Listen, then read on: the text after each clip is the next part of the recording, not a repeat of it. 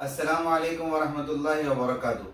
दोस्तों, आज की हमारी स्टोरी का टॉपिक है द 18th कैमल और थीम ऑफ द स्टोरी है प्रॉब्लम सॉल्विंग। एक देहात में एक बूढ़े ने मरते वक्त अपने 3 बेटों के लिए अपनी जायदाद की अजीबोगरीब वसीयत की।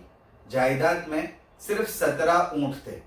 उनकी वसीयत के मुताबिक सबसे बड़े बेटे को 17 ऊँटों में से हाफ यानी आधा देना था। दूसरे नंबर के बेटे को 1/3 यानी 1/3 देना था और तीसरे बेटे को 17 ऊँटों में से 1/9 यानी 9वां हिस्सा देना था। अब 17 ऊँटों को आधे में या तिहाई में या 9वें हिस्से में तकसीम करना इम्पॉसिबल था। उन्होंने मशवरा करके अपना मसला गांव के एक अक्लमंद आदमी के सामने पेश किया। उस अक्लमंद आदमी ने पूरी बात को गौर से सुना। गौर से सुनने के बाद वो अपना एक ऊँट लेकर आया और 17 ऊँटों के साथ अपने एक ऊँट को ऐड कर दिया। अब टोटल 18 ऊँट हो गए। अब उसने तकसीम करना शुरू किया और तकसीम इस तरीके से की कि 18 ऊँटों में से आधा हिस्सा सबसे बड़े बेटे को देना था, तो उसने 18 का आधा यानी 9 ऊँट बड़े बेटे को दे दिए। दूसरे नंबर के बेटे को 1/3 देना था।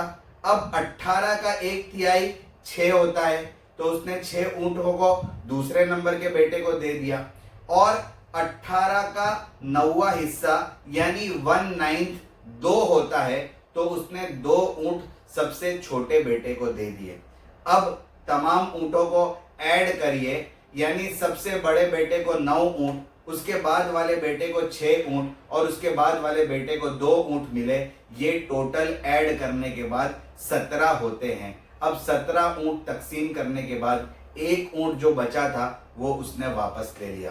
दोस्तों, ये है प्रॉब्लम सॉल्विंग का असल हल, यानी एक कॉमन ग्राउंड पर आना और 18वें ऊँट को तलाश करना। जब हम एक कॉमन ग्राउंड यानी 18वें ऊँट को तलाश कर लेते हैं तो हमारे तमाम मसाइल खुद ब खुद हल हो जाते हैं। दोस्तों, इस स्टोरी के 3 मॉरल्स और वर्ड्स ऑफ विजडम ये है। Number 1, the attitude of negotiation and problem solving is to find the 18th camel, that means the common ground. Once a person is able to find the common ground, the issue and the problem is almost solved. Number 2, Ricky Warren says, life is a series of opportunities to solve problems. The problem you face will either defeat you or develop you, depending upon how you respond to the problems. Number 3, most of the problems in our life are because of 2 reasons. Number 1, we act without thinking. Number 2, we keep on thinking without acting. दोस्तों, problem solving के उन्वान पर 3 अच्छी books के नाम, उनके authors के नाम और पब्लिशिंग डेट ये है।